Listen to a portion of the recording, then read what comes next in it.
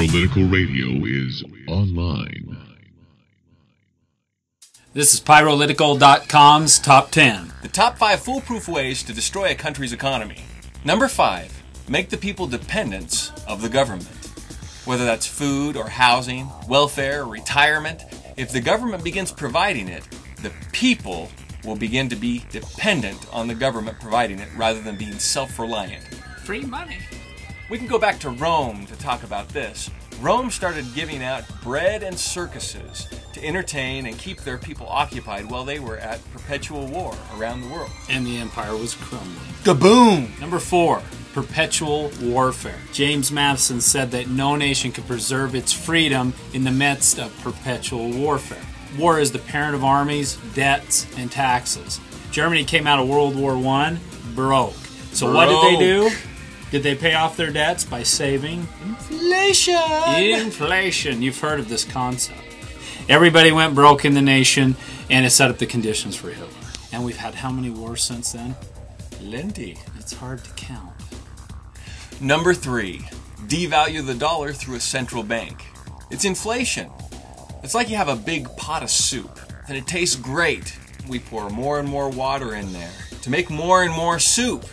And at the end, nobody wants any of it. And that's your dollar, fool. It's destroyed your purchasing power $1 at a time. Right. Number 2, bail out the losers. When government gets in bed with corporations, foreign governments, special interests, Mussolini said that instead of calling his system of government fascism, it would more appropriately be called corporatism. What? The merging of state and corporate interests. Mussolini came to power in 1922. What were the things that they had? Oh, inflation, massive debts, and an extended depression. There you go. Boom. Number 1, offer government incentives to businesses. What, you say? Doesn't that grow the economy, Thomas? No. Let me give you a brief example. Early in the 1900s, we had a sugar beet industry that was in trouble. Foreign marketers of cane sugar were trying to import their sugar, and it was less expensive than beet sugar. The beet sugar industry petitioned the government to set up a tariff, which they did.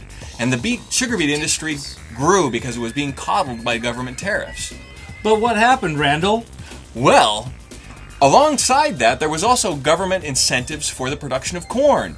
And because it was subsidized and we had so much of it, in the 1970s we figured out how to turn corn into sugar called corn syrup. Yeah. And because it was subsidized by your tax dollars, it was less expensive than beet sugar. So the beet sugar industry effectively was destroyed. So when government picks winners and losers, almost everybody loses. Everybody loses. Except government. Don't stimulate me, government. I'm Randall Hinton. And I'm Thomas Dykes. And we approve this message.